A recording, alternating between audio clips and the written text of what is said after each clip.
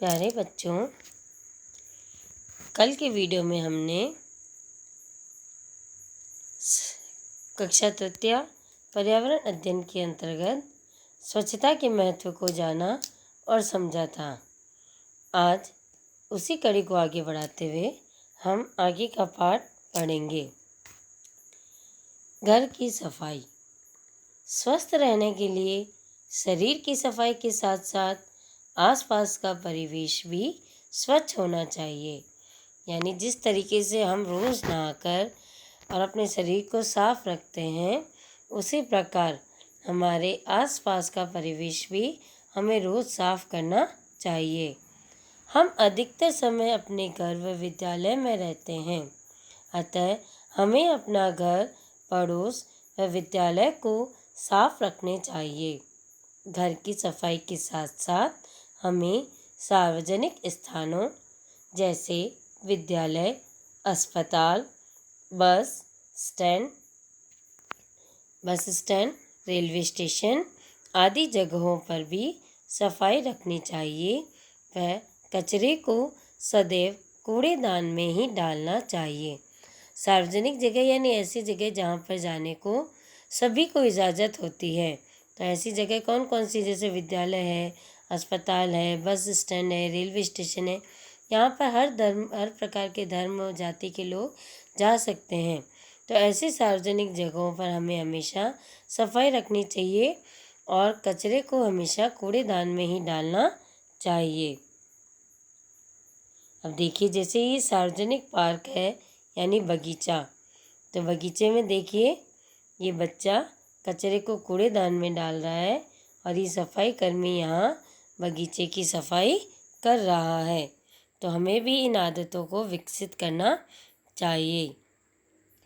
अब है, आपके घर में रोज़ाना झाड़ू कौन लगाता है?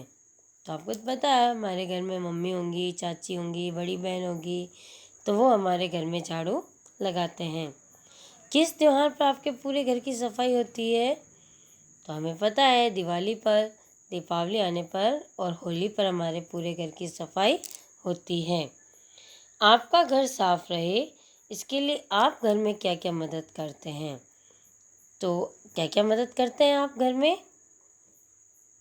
हाँ, सामान को व्यवस्थित रखना, कचरे को कचरे पात्र में ही डालना, सामान को गंदा नहीं करना, इधर उधर गंदगी नहीं फैलाना। इस तरीके से हम अपने घर में मदद कर सकते हैं। आपके घर का कूड़ा कचरा कहाँ फेंका जाता है? कहाँ फेंका जाता है? कचरे वाली गाड़ी में। हमें अपने घर का कूड़ा कचरा घर के बाहर ग्राम पंचायत, नगर पालिका या नगर परिषद द्वारा तय किए गए स्थान पर ही डालना चाहिए। कचरा इधर उधर फेंकने से गंदगी होती है व बीमारियां फैलती है। तो हमें हमेशा कचरे को जो तय स्थान है जहाँ पर सरकार कचरा पात्र रखती है बड़े बड़े, वहीं पर ही हमें कूड़ा कचरा घर का डालना चाहिए। कचरा इधर उधर फेंकेंगे तो सड़कें गंदी होगी, उससे मक्खी और मच्छर होंगे और उनसे बीमारियां फैलेगी। अब आगे है घर की सजावट। हम घर में उत्सव, पर्व, त्योहार और शादी ब्याह होने पर घर की साफ सफाई करने के साथ साथ सजावट भी करते हैं। सजाते हैं ना, हम तरह तरह की रंगोली बनाते हैं, दीवारों पर पेंटिंग बनाते हैं और घर में तरह तरह की सजावट के सामान लेकर आते हैं। नीचे के चित्र को देखिए, इसमें घर को किस प्रकार से सजाया गया है। तो ये आपको दिख रहा है यहाँ पे, ये देखिए, यहाँ पर दीवारों पर मांड कर और यहाँ पर आंगन में रंगोली बनाकर घर को सजाया गया है। तो हम भी इस तरीके से दीवारों पर मांड कर और आंगन में रंगोली बनाकर घर को सजा सकते हैं। सोचिए और बताइए, आपके घर की सजावट किस प्रकार की जाती है? तो वो आप सोच के हमें बताना। घर की सजावट में आप किस प्रकार से सहयोग करते हैं? तो ये तो अभी हमने पहले ही देखा था सामान को व्यवस्थित रखते हैं, हर चीज़ को पोंछते हैं, झाड़ते हैं, उनके ऊपर से मिट्टी साफ़ करते हैं। आप घर की सजावट कब कब करते हैं? तो हम होली, दीपावली, शादी ब्याह ऐसे विशेष उत्सवों पर घर की सजावट करते हैं। आपको अपनी कक्षा की सजावट करनी हो तो कैसे करेंगे? कक्षा में बैठकर अपने साथियों के साथ चर्चा करना कि अगर आपको अपना कक्षा कक्ष सजाना है तो उसकी आप सजावट किस प्रकार से करेंगे। आगे पढ़ते हैं। ये एक घर का चित्र दिया गया है। इस घर के चित्र को आपको सुंदर सुंदर रंगों से सजाना है। गाँवों में सफाई, जल, बिजली, सड़कें, सिंचाई आदि की व्यवस्था ग्राम पंचायत करती है। ग्राम पंचायत का मुखिया सरपंच होता है। इसके सदस्य वार्ड पंच होते हैं। यानी एक जो मेन मुखिया होता है उसे सरपंच कहते हैं और उसके साथ के जो सहयोगी होते हैं उन्हें वार्ड पंच कहा जाता है। सरपंच तथा वार्ड पंच का चुनाव जनता करती है। इसी प्रकार शहरों में नगर पालिका, बड़े शहरों में नगर परिषद व उससे बड़े शहरों में नगर निगम होते हैं। इन्हें शहरी निकाय कहते हैं।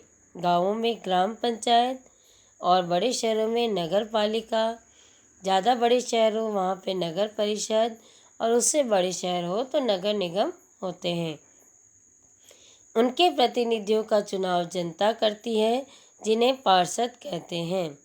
सरकार अलग अलग योजनाओं के लिए उन्हें धन देती है तथा कुछ धन से संस्थाएं अपने स्तर पर भी जुटाती है।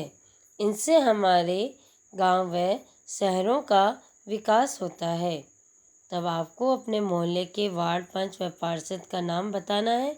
तो ये नाम आप अपने बड़ों से पता कर सकते हैं। आपके गांव शहर में इन संस्थाओं ने क्या क्या कार्य करवाए हैं, यानी अगर आपकी ग्राम पंचायत है या नगर पालिका है तो उन्होंने क्या क्या कार्य करवाए हैं उसके बारे में आपको जानकारी करनी है। आपके विद्यालय का भवन किसने बनवाया है? आप अपने गांव या शहर में क्या क्या विकास चाहते हैं? तो ये प्रश्न आप सोचकर हमें बताना। हमने सीखा शरीर के सभी अंगों आँख, नाक, कान, दांत, बाल, हाथ आदि की नियमित सफाई करना आवश्यक है। स्वस्थ शरीर अच्छी आदतों पर निर्भर करता है। यानी हम अपने अंदर सुबह जल्दी उठना, ब्रश करना, स्नान करना, हमेशा साफ़ सुथरे कपड़े पहनना, इस तरह की अच्छी आदतों का निर्माण करेंगे तो हमारा शरीर स्वस्थ रहेगा। प्रातः उठकर दांतों को साफ करना, खाने से पहले हाथ धोना, शौच के बाद हाथ धोना, नियमित स्नान करना आदि अच्छी आदतें होती है। शरीर की सफाई के साथ साथ घर, विद्यालय एवं सार्वजनिक स्थानों को भी स्वच्छ रखना चाहिए। तो अब ये पाठ और स्वच्छता का महत्व आपको समझ में आ गया होगा। तो आप भी अपने अंदर स्वच्छता की आदत को विकसित करिए। धन्यवाद।